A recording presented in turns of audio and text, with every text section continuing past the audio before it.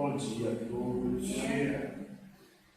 Mais um domingo e nós nos recordamos no espírito da Páscoa a palavra de Deus. A Páscoa ela não acontece só naquele domingo de Páscoa de ovo, né? Chocolate, presente e festa familiar. O espírito da Páscoa dentro da liturgia da igreja ele se intensifica, né? Pelos domingos seguintes. E a Páscoa espiritual que tem que existir no nosso coração, ela tem que existir durante a nossa vida inteira, com o Espírito do ressuscitado em nossas vidas. E seguindo esse Espírito da Páscoa, esse Espírito do Jesus ressuscitado, que deve guiar a nossa leitura bíblica. Quem é de igreja a vida inteira, quem é, já como a gente fala, carinhosamente, nem tanto, chamado de rato de igreja, né? A gente vê que a leitura bíblica tem que ser algo constante na nossa vida. E a gente percebe, nessa vida de rato de igreja, nem toda leitura bíblica é contextualizada com o Espírito de Jesus. Nós podemos ter uma leitura bíblica contextualizada com todo tipo de espírito, inclusive do demônio. A gente pode contextualizar a nossa leitura bíblica com o nosso orgulho, com nossa vaidade, com nossa ignorância, com nossos preconceitos, com nossas tradições, com nossa cultura, com nossa falta de cultura, com nossa vivência, tanto boa quanto ruim. A leitura bíblica ela pode ser guiada por vários tipos de espíritos. Algumas leituras são baseadas por um espírito de escravidão. Algumas leituras são baseadas com um espírito de libertação. A gente vai ver agora, lá no livro de Atos, o irmão Daniel leu, o apóstolo Pedro, né, tendo uma visão dada por Deus, e ele briga com Deus.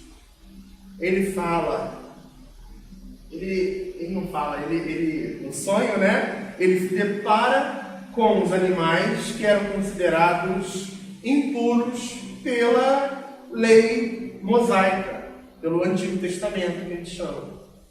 E ele fala com Deus, Deus, eu não vou comer isso é impuro. Aí Deus fala, come, meu filho, mata e come.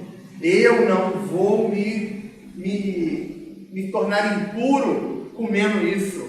Aí Deus dá, né, um puxão de orelha, não fala o que é impuro, aquilo que eu purifiquei. Toda a criação de Deus é bênção.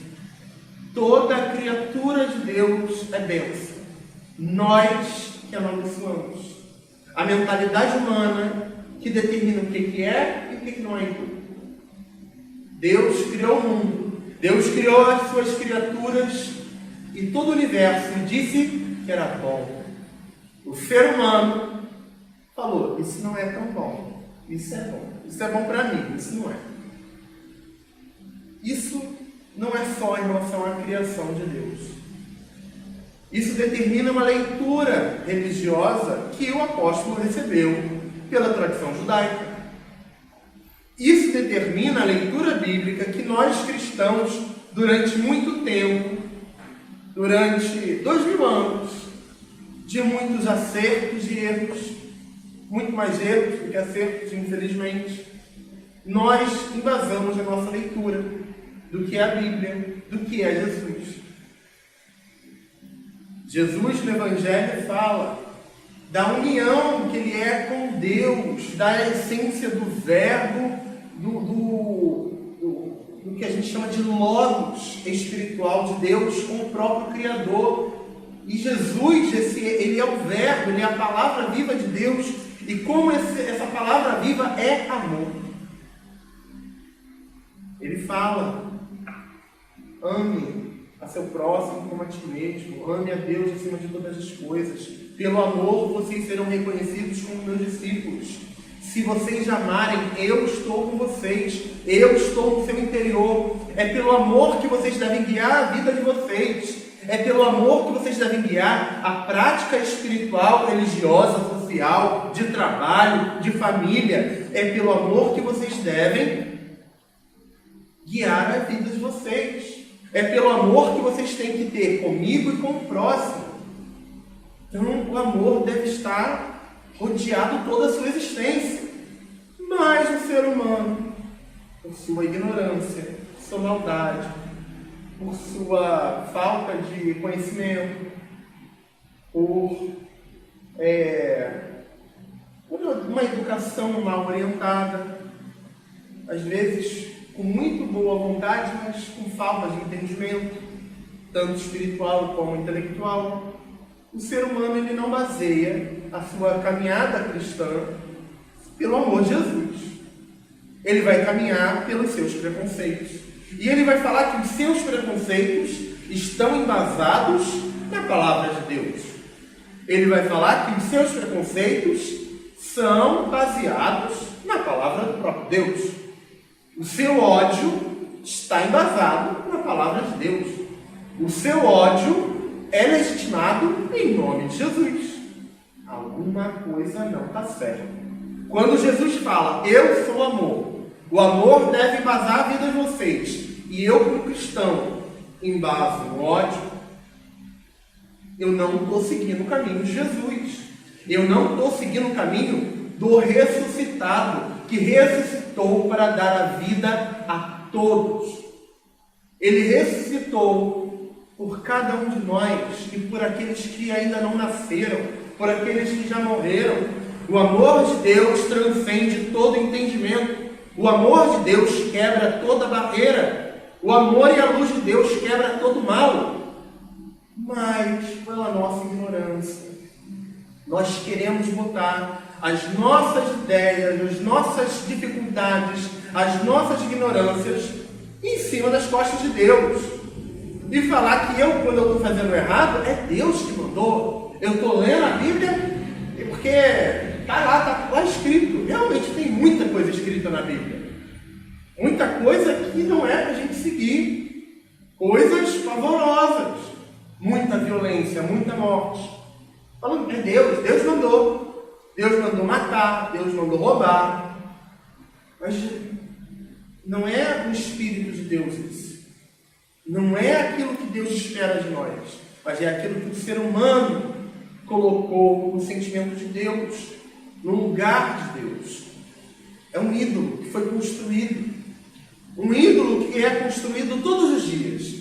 Mas nós, como discípulos de Jesus, devemos desconstruir esse ídolo que foi ensinado para a gente. Esse ídolo que nós mesmos construímos quando a gente se desvia. Quando a gente fala pecado, muita gente tem ideias mirabolantes, freudianas de pecado.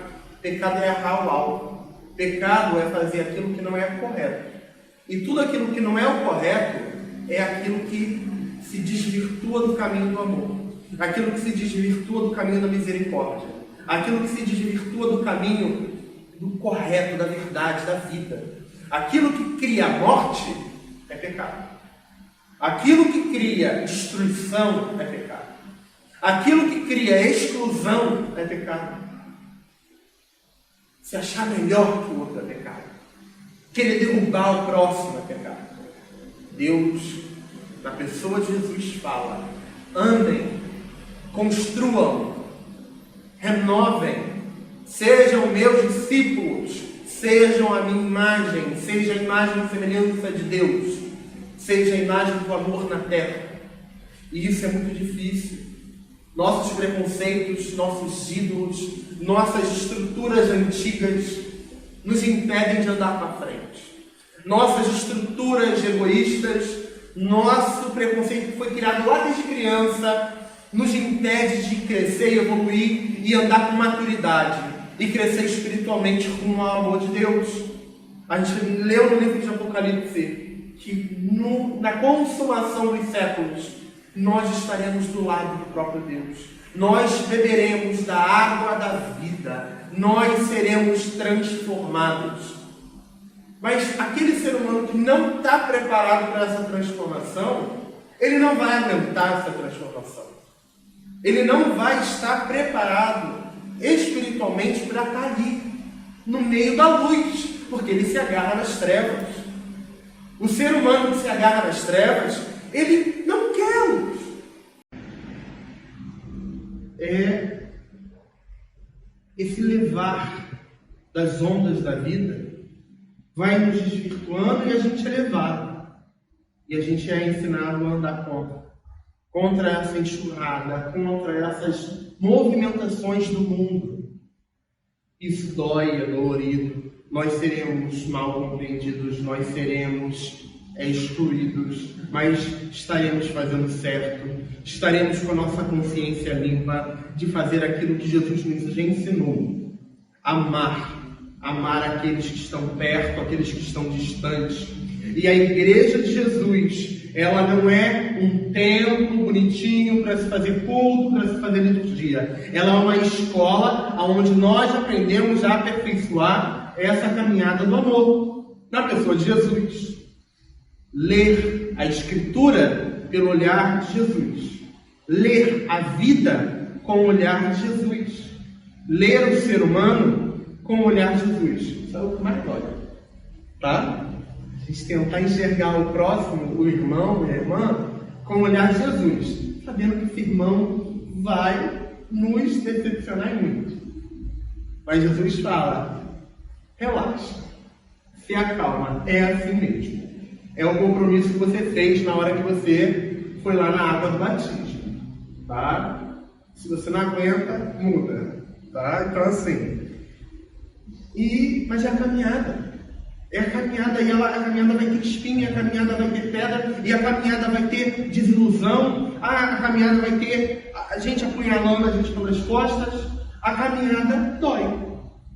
Mas a gente tem lá uma esperança. A caminhada cristã é uma caminhada de esperança, onde Jesus fala, no final vai estar tudo sob controle, tudo está certo, tudo vai estar bem. Toda dor que você sofreu, esse mundo de dor, ele vai ser transformado num novo mundo, numa nova consciência, numa nova luz de vida. E vocês serão restaurados. E nós caminhamos rumo a essa restauração de toda a criação. Todo o universo será restaurado.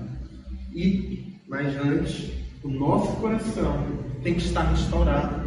A nossa vida tem que estar transformada.